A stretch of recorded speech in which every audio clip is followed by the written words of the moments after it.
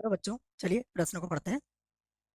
त्रिभुज एबीसी में सिद्ध कीजिए कि cos a बटा दो प्लस cos b बटा दो प्लस cos c बटा दो बराबर 4, cos पाई माइनस a बटा 4, cos पाई माइनस b बटा 4, cos पाई माइनस c बटा 4 है। ये हमें सिद्ध करना है। प्रश्न को हल करेंगे, परंतु उसके पहले मुख्य अवधारणा लिखेंगे। तो प्रश्न के लिए मुख्य अवधारणा में हम त्रिकोणमिति का या त्रिकोणमिति के कुछ सूत्रों को लिखेंगे। जिसमें पहला सूत्र देखिए क्या होगा। पहला सूत्र होगा cos c plus cos d का। ये बराबर होता है 2 cos c प्लस d बटा 2, उसके बाद cos c माइनस d बटा 2 के। ठीक है, सूत्र याद रह जाएगा आपको। अब हम प्रश्न का बायां पक्ष लेंगे और इसे हल करेंगे। तो प्रश्न का बायां पक्ष है cos a बटा 2 प्लस cos b बटा 2 प्लस का cos c बटा 2, और सूत्र लगा देंगे यहाँ पर cos c plus cos d का। तो ये हो जाएगा 2 cos c प्लस d बटा 2, अर्थात a प्लस b बटा 2, मतलब ये 4 हो जाएगा। उसके बाद cos a माइनस b बटा 2, और एक और 2 आएगा तो ये भी 4 हो जाएगा। प्लस cos, ये c बटा 2 है तो हम इसे लिख सकते हैं cos पाई बटा 2 माइनस a प्लस b बटा 2, क्योंकि त्रिभुज के तीनों कोणों का योग कितना होता है 180 डिग्री। तो a प्लस बी प्लस सी बराबर कितना होगा पाई। तो उससे आप ये मान ज्ञात कर सकते हो, पाई बटा 2 माइनस a प्लस बी बटा 2, ये मान किसका हो जाएगा c बटा 2 का। अब हमें ये भी पता है cos 90 माइनस थीटा क्या होता है, ये होता है साइन थीटा। तो ये कुछ इस प्रकार बन जाएगा। यहाँ पर होगा 2 cos a प्लस बी बटा 4, उसके बाद cos a माइनस बी बटा 4, और ये हो जाएगा साइन a प्लस बी, और बटे में आ जाएगा 2। अब यहाँ हम त्रिकोणमिति का एक सूत्र लगाएंगे, वो सूत्र भी मैं लिख देता हूँ कि हम जानते हैं साइन थीटा का मान। साइन थीटा बराबर होता है 2 साइन थीटा बटा 2 और कॉस थीटा बटा 2 के। ये होता है सूत्र, इसको यहाँ लगा देंगे हम। तो फिर से ये हो जाएगा 2 कॉस ए प्लस बी बटा 2, सॉरी बटा बच्चों 4, उसके बाद कॉस ए माइनस बी बटा 4, प्लस इसको लगा देंगे सूत्र। तो ये हो जाएगा 2 साइन ए प्लस बी बटा आ जाएगा 4, उसके बाद आ जाएगा कॉस ए प्लस बी और बटे में आ जाएगा 4। यहाँ से हम 2 कॉस ए प्लस बी बटा 4 को दोनों में से कॉमन ले लेते हैं। तो यही करता हूँ मैं, 2 कॉस ए प्लस बी बटा 4 यहाँ से कॉमन ले लेते हैं। तो 2 कॉस ए प्लस बी बटा 4 को मैंने कॉमन ले लिया। तो यहाँ बचेगा कॉस ए माइनस बी बटा 4, कॉस ए माइनस बी, और बटे में कितना आ जाएगा 4, प्लस देखिए यहाँ हो जाएगा साइन ए प्लस बी बटा 4, साइन ए प्लस बी, और बटे में कितना आ जाएगा 4। ये आ जाएगा हमारे पास, देखिए बाकी तो कॉमन निकल गया है। फिर से लिख लेते हैं इसको। ये हो जाएगा 2 कॉस ए प्लस बी बटा कितना है 4,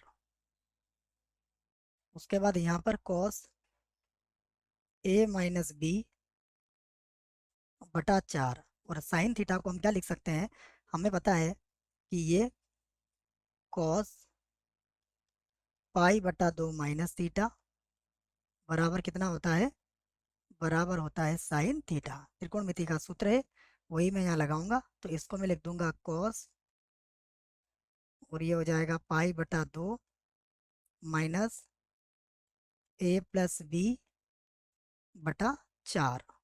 ठीक है, ये सूत्र मैंने लिख भी दिया है। फिर से लिखूंगा मैं 2, यहाँ पर है कॉस, और ये है ए प्लस बी बटा 4। ठीक है, ये ऊपर वाला भी बी है, इसको भी बी लिख लेते हैं। ये है बी, और यहाँ पर इसका लघुत्तम ले लेंगे सबसे पहले।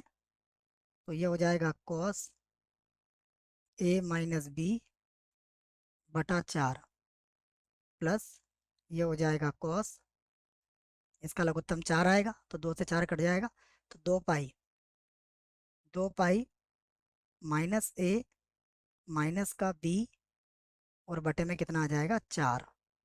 ठीक है, तो 2 पाई माइनस ए माइनस बी बटा 4 ये हमारे पास आ गया।